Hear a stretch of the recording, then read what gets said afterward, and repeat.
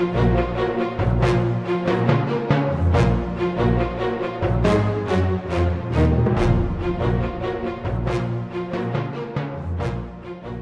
4th, 1942, Petty Officer First Class Tadayoshi Koga, aged 19, is at the controls of a Mitsubishi A6M2, more famously known as the Zero, the outstanding Japanese fighter aircraft of the early war years. The Zero was greatly feared by the Allies, outclassing most of the aircraft it met in combat, and exploding the widely held myth that the Japanese couldn't produce planes or pilots capable of challenging the white colonial powers in Asia. 2 months earlier, in the skies over the British colony of Ceylon, now Sri Lanka, 36 Zeros had fought 60 RAF fighters. For the loss of a single Zero, the Japanese had shot down 27 British aircraft. The British and Americans wanted to get their hands on an intact Zero to test and evaluate it, but thus far no opportunity had presented itself. As Japan pushed out its imperial defense perimeter after bombing Pearl Harbor and conquering Burma, French Indochina, Malaya and the Philippines, and a host of Pacific islands, the Japanese actually attacked sovereign U.S. territory, striking at the Aleutian Islands off Alaska in June 1942. The cold, windswept and inhospitable chain of 120 islands pushes 1,000 miles out into the North Pacific off Alaska. The attack was probably made to divert U.S. attention, as the main Japanese assault was made on Midway, where the Imperial Japanese Navy planned to completely destroy the U.S. Navy's carrier force that they had missed at Pearl Harbor in December 1941. The U.S. base at Dutch Harbor on the Aleutian island of Unalaska was targeted by Japanese Zeros on the 4th of June. Plunging through a cold fog, Koga and his 2 wingmen strafed the base, but Koga's Zero was hit by ground fire that severed the engine's oil feed. With oil draining from his engine, Koga could not make it back to his aircraft carrier. Heading for Akutan Island, a designated Japanese emergency airfield, Koga lined up for a landing on the grass strip. The young pilot knew that lying off Akutan Island was a Japanese submarine, waiting to pick up any aircrew who had been shot down. But as Koga Zero landed, the grass strip, boggy with heavy rain, caused his landing gear to dig in, flipping the Zero onto its back, Koga snapping his neck and dying in the process. The other Zeros circled overhead, unsure of Koga's fate. They didn't follow orders and shoot up the down Zero, a major mistake.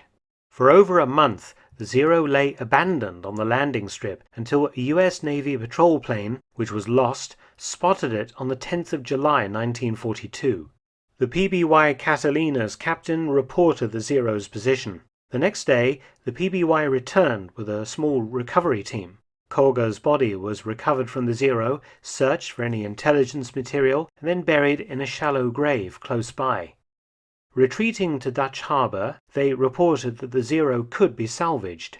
On the 12th of July, another team arrived to salvage the Zero. They reburied the Japanese pilot, but a lack of heavy equipment meant they couldn't salvage the plane. 3 days later, another recovery team arrived with the correct equipment this time. The Zero was extracted from the mud, placed onto a barge, and shipped to Dutch Harbor. Here, it was carefully righted and then cleaned. Next, the damaged Zero was put aboard the USS St. Mihiel, arriving in Seattle on the 1st of August. Next, it was shipped by barge to San Diego. Mechanics straightened the vertical stabilizer, rudder, wingtips, flaps, and canopy. The badly damaged landing struts were rebuilt and the propeller reconditioned. Next, Japanese rising sun markings were painted out and replaced with US markings, and the Zero placed under a heavy guard to prevent anyone trying to steal souvenirs from it. Incredibly, the Zero took to the air again on the 20th of September 1942. Lieutenant Commander Eddie Sanders flew the Zero 24 times, carefully evaluating its performance and mechanics. Most importantly, Sanders' tests exposed certain weaknesses that Allied pilots could exploit to defeat the type in combat. Sanders noted that the Zero's ailerons froze at speeds over 200 knots, making rolling maneuvers much more difficult. The Zero was found to roll to the left easier than to the right. The engine cut out under negative acceleration due to its float-type carburetor. These weaknesses would be brutally exploited by Allied pilots. What a mistake that baby made. Suddenly it was right in my sight.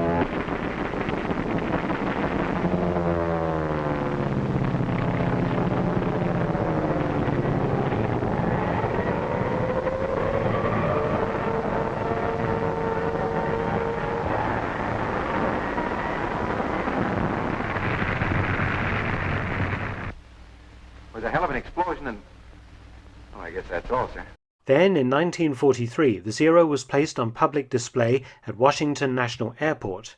In 1944, it was under test again, this time helping green pilots dogfighting Zeros, and a second Zero captured on Guam by the Americans was also utilized.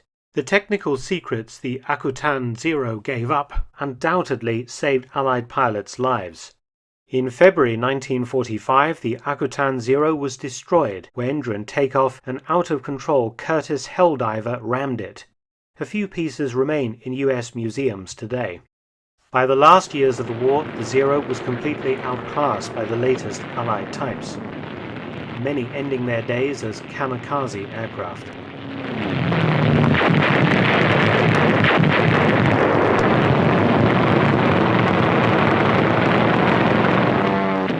Thanks for watching. Please subscribe and share and help support my channel at PayPal and Patreon. Details in the description box.